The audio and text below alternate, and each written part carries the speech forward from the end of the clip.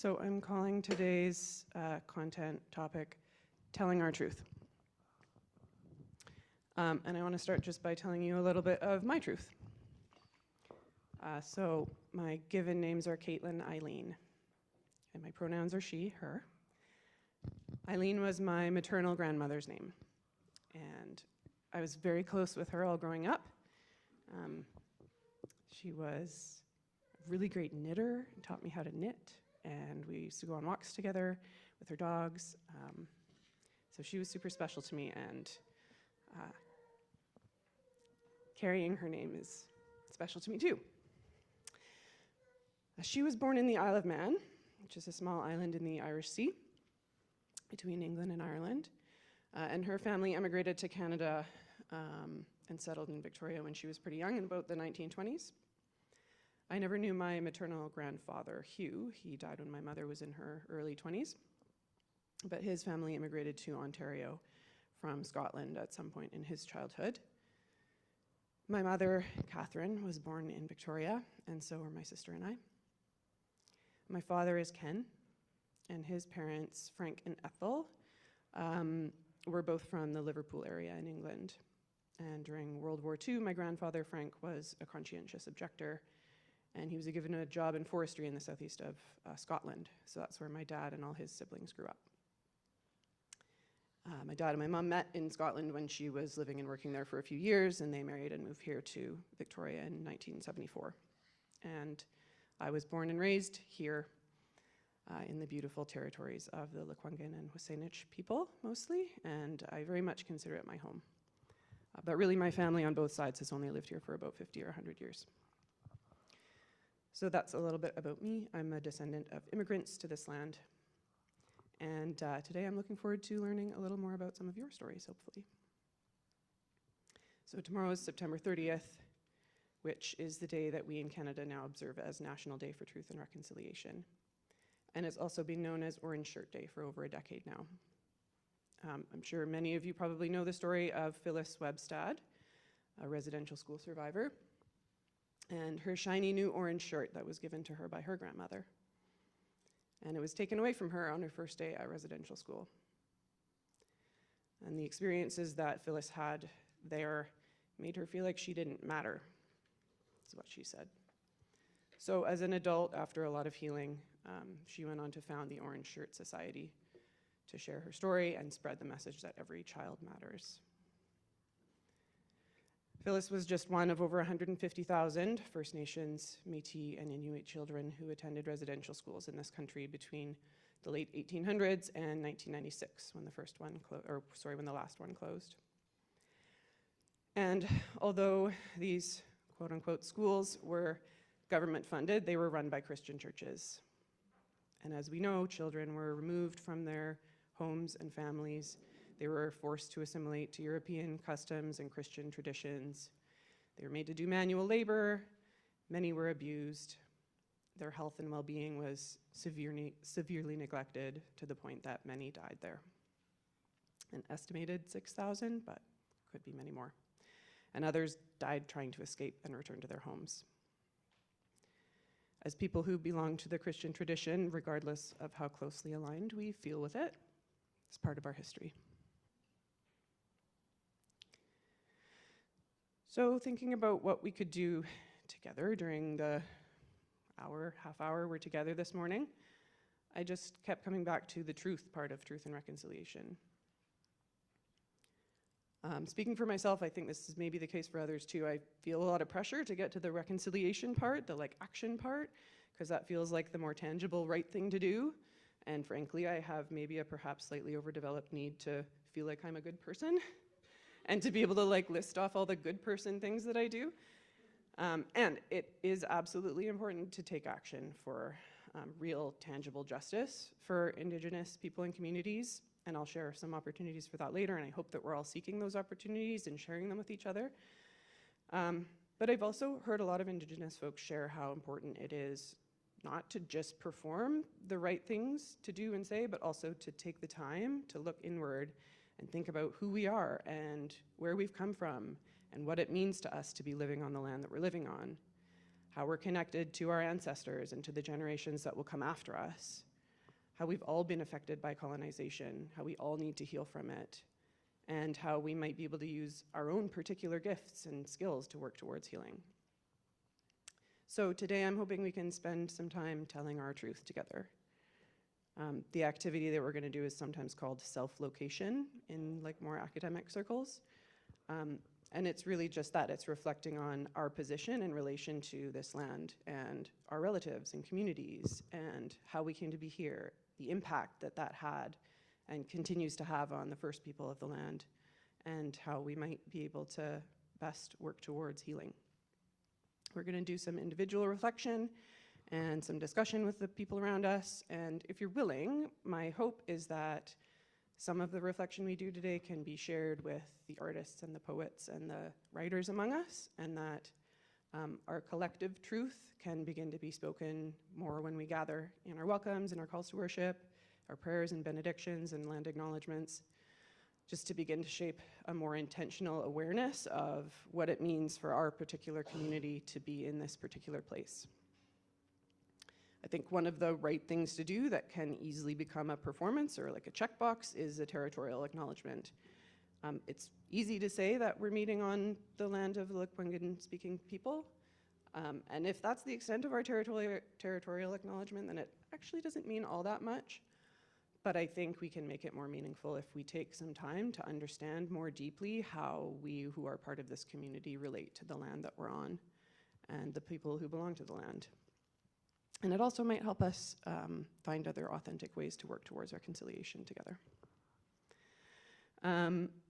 Before I get into it, and maybe what I'll do is start passing around some papers and some pencils for us. Actually, Pamela, if you could do that, that'd be great. Thank you. I just wanted to share some really beautiful and hopeful words from an author whose name is Caitlin B. Curtis. This is from the introduction to her book called Native. Caitlin's an award-winning author and poet, storyteller, public speaker, interspiritual advocate.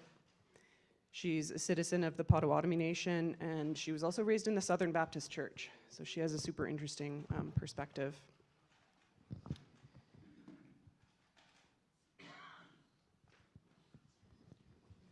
This is what she says. Every day, I find intersections with other people through conversations, through the work of storytelling. And the reality is that we all began somewhere, and every person's story affects how and with whom they interact. So we remember where we come from and where it takes us. Who are you? And what were you birthed out of? Who holds you? Who have you distanced yourself from? And what are you learning from those who came generations before you? In remembering these things, we recognize that believing in Creator, God, mystery, whatever that looks like, means we believe that somewhere, at some point, God breathed. Somewhere, at some point, there was the reality of God and nothing else. So with that in mind, we journey through our own stories, carrying our own experiences, living lives beyond the times of our own ancestors. We step through that reality in trust, and we find a depth of God we could not have known existed, a depth that holds us in a space where we can speak the truth to a time in which the powerful express their power through oppression and not compassion. To know mystery and to know ourselves is to know what it means to fight against any system that would oppress this earth we live on and every creature, human and non-human alike, who lives here. In knowing ourselves, we wrestle with the hard questions and seek out the hard truths. God, the mystery, Mamagosnan, walks our journey and lives our history and hopes our futures just as we hope. We start at the beginning. We ask questions along the way. We arrive at ourselves. Mystery is always there. And then we start all over again. So with that blessing, I'm going to put a series of questions on the screen, and after I read each one, I'll give us a couple of minutes to consider it, write down some responses that come to mind. They're compound questions, so there's a lot there. They're big questions. Just make a few notes, whatever comes to your mind. After we go through them all, I'd like us to take a little bit of time to just share with some people around us about some of our answers, whatever particular question, kind of wherever something interesting emerged for you. And I'm hoping we might have a little bit of time at the end for a few folks to share some reflections to the whole group, but we will see. There aren't obviously any particular right answers in this activity. Each of us has a different story, a different way of relating to the world around us. And I also just wanted to note these questions are not intended to make us feel shame. Our stories are full of beauty and resilience and compassion and hope, all tangled up with selfishness and fear and prejudice. We're all human, so just tell your truth.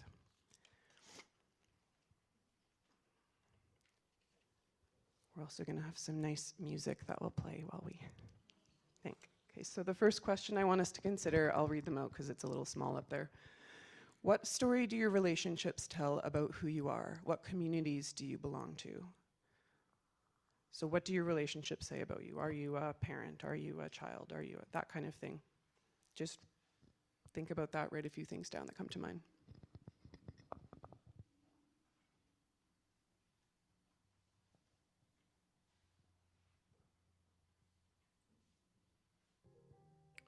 Okay, I'm going to move us on to the next question just because some of the other ones might be a little meatier. So the second question, and there are a lot of questions in this question, but who are your relatives and ancestors? What lands have they been in relationship with and what brought them there? Are there family names that carry meaning to you? Are there activities or traditions that connect you to your ancestors and where they came from? Just that kind of thing.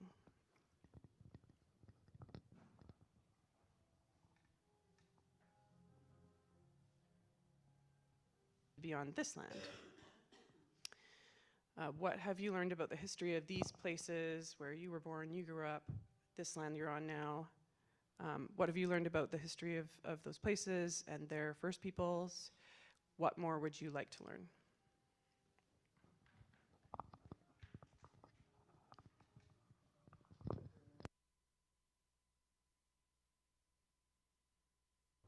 Okay, here's a deep one. How have you, your ancestors, the communities you're a part of, been affected by or benefited from the colonization of this land? And I actually want to add the colonization of any land. It's not just the Americas that were colonized. So maybe your family was affected by colonization elsewhere as well. And that can be directly or indirectly. How are we affected? How do we benefit?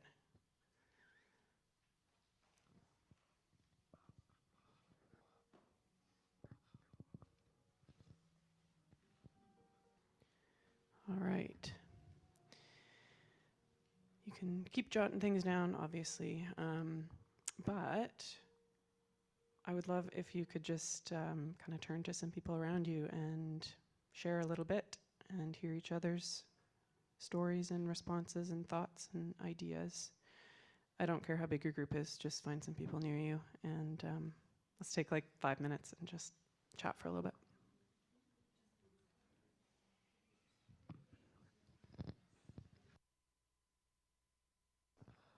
So I did promise that I would share some opportunities, some resources for action here, just really quickly. And this is mostly stuff I've shared before last year and was sent out in one of our bulletins, and we can do that again.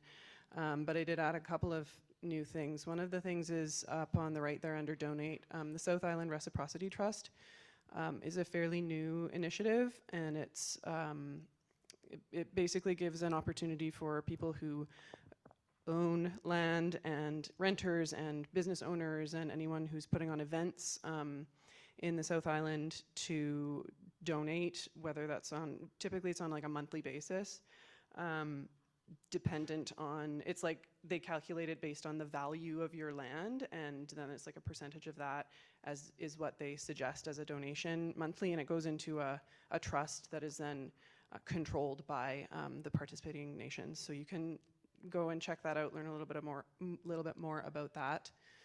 And then the other one that I added there is under other, and it's just to attend community events. Tomorrow there's the South Island Powwow at, what is the place called? Royal Athletic Park, thank you. So that's, I mean, it's just a great chance for us to come together and for non-Indigenous people to come together with Indigenous people to kind of just learn about culture and about their perspective. Yeah, so, and I mean, super important, just be consistent, right? Just keep at it, what you can do, what's available, and learning and listening. And we're not gonna do a last song, sorry, but I will leave you just with a benediction. Couple of wise thoughts that were shared by someone who I heard talk this week. His name is Jerry Ullman. He's an elder of the Statliam Nation. It's in the Lillooet area. He gave a talk about exploring identity, and one of the things he stressed was that the point of this kind of reflection isn't to create what he called fog, fear, obligation, and guilt. It's actually about creating understanding. And I think that's a really important reminder whenever we're engaging in topics around reconciliation with and justice for Indigenous people. Fear and obligation and guilt are not going to help us find a path forward. They're just going to create more distance.